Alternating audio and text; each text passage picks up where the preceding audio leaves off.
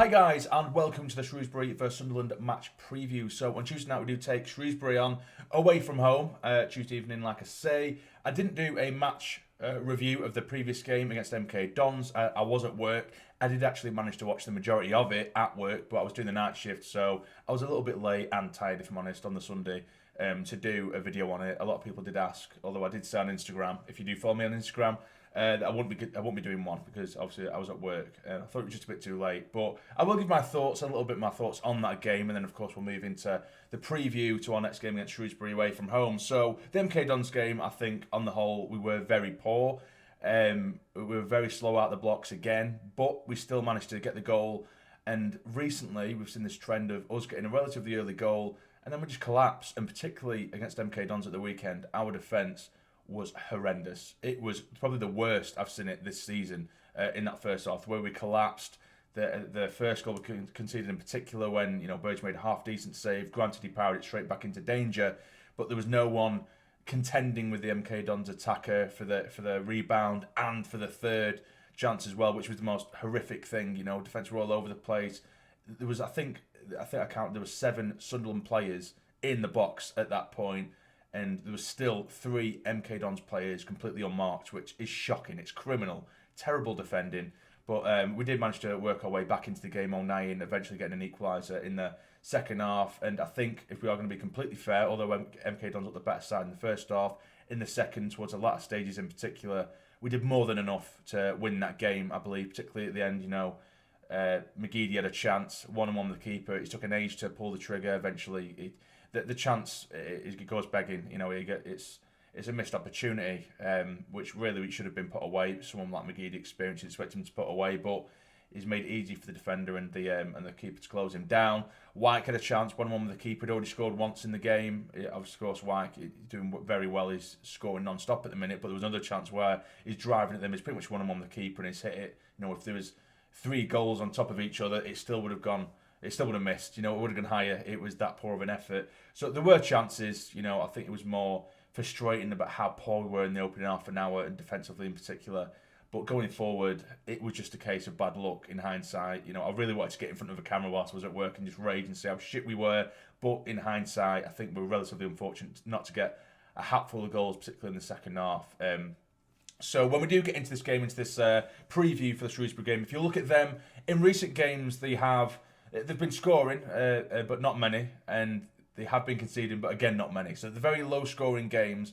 They won the last game against Swindon, I believe, and they lost before that. 1-0 to Crewe. There's a lot of 1-0s and sort of 1-alls in their last few games. So like I say, they are scoring, but they're not many, and they're not conceding much either. So I believe if we manage to get a couple of goals in this game, then we should be all right. But Shrewsbury, a good football inside, who like to try and keep the ball on the ground. We played them only the other week, where we only just managed to beat them 1-0 at the Stadium of Light. So we know what they're all about. But I will give you my preferred 11, and I will explain in a little bit of detail as to why, because there might be a couple of eyebrows raised to a couple of players, but please just hear me out and let me explain. So this is my preferred lineup, and remember, it is preferred lineup, not my predicted lineup. But I have gone for Lee Burge in goal, which I think that's a given, really. Now, across the back, I've got Vokins, who, in all fairness, as excited as I am, and I think it is a good signing, I think he was relatively poor the other day against MK Dons. I think going forward, it was a little bit of nice link-up play, but positionally at times, all it took was a couple of diagonal balls and he was caught out a good few times, in all honesty, and I think he looked very poor positionally at times, like I say, but I'm not going to throw the book at him already. He's only played the one game, but with Bailey Wright and Willis in the middle, if I'm being completely honest, I was very disappointed in Bailey Wright at times. Like I say, I'm going to keep saying at times because there was a big mixture of positives and negatives against MK Dons, but Bailey Wright in general, I don't think he's been great this season. The first few games, he just seemed like a colossus at the back. But he does have that ability in him to marshal a defence, but he just seems a bit off it, and he gives, strikers and attackers, he seems to just sit off them. He don't have that confidence to get in the face recently. He gives them a good 4 or 5 yards, which is not good enough, and it gives them the opportunity to get a shot on rather than making it hard for them. But we know he's got it in him, so Wright is going to be there alongside Willis. If Willis is fit enough to play in this game, Flanagan, of course, he got changed last second for the previous game, so whether Flanagan will be back remains to be seen, but I would put these two there. Sanderson, it's probably going to be Power there, but I like Sanderson. I really like him. I think it's criminal that we're not playing him. He can play right back. He's very strong, powerful in the air. He's so calm and good on the ball. He can get forward. He's quick. He's tall. He's strong. No idea why the lad isn't getting in the side, in my opinion. Now, in the middle, this is probably the bit that you just want to scream at me straight away for, because a lot of people have been having a pop at Scowen recently, and for a reason. I understand that, misplaced passes and what have you. But what I'm thinking, away from home, these two in the middle, Luke O'Nien and Scowen, are absolute terriers. They do not leave midfield alone, or players alone, attackers alone. They get right in the faces, and they can both, arguably, they don't have brilliant end results, but they can both get forward. At first, or originally, I was thinking about putting in Leadbitter and Dan Neil, because I think those two, Leadbitter can calm the play down, he can control the tempo, and Neil can break forward, and he can make those positive movements from midfield. And I think a couple of games ago, when we did have Leadbitter and Neil together against MK Dons in the Stuffed Crust Trophy, they looked brilliant. They looked absolutely brilliant. They're probably the best pairing sort of midfield partnerships I'd seen for a while in terms of performances anyway for the last half an hour of the game. They look brilliant, but I thought away from home, not too defensive, but I didn't want to go too attacking either because we are away from home. But Scowen and O'Nien, they really get in the faces of the opposition. I think they just harry him, they get that press on, which is really, really what we need. Now up top, this is where I find it difficult, but I think this is where Lee Johnson got it so wrong the other day, where he's somehow left out, Diamond, I'm contradicting myself here, Diamond, he probably should have started after his second half performance against MK Dons during the week. How he didn't start the next game at the weekend, I don't know, but I do prefer, and I have said in previous videos, I would like to see Diamond come off the bench, but how Jones didn't start either, I don't know. I think he went relatively almost safe and a bit lacklustre when we've got so much pace and attacking prowess now in depth. He just chose the wrong players up top for me. O'Brien, he did okay, but we needed that pace and direct running, and we didn't have that on the pitch. It was all on the bench. How Dan Neil didn't even get on the bench against MK Dons, for me, again, it's criminal. Lee Johnson showing a little bit sort of cracks there, which was a bit worrying. But I've gone for Jones and McGeady as the wingers. They can interchange as much as they like. They're creative, they're quick in the ball. Gooch, just sort of in behind or tucking alongside Charlie White. I can't leave Charlie White out the side at the minute because he's scoring goals for fun.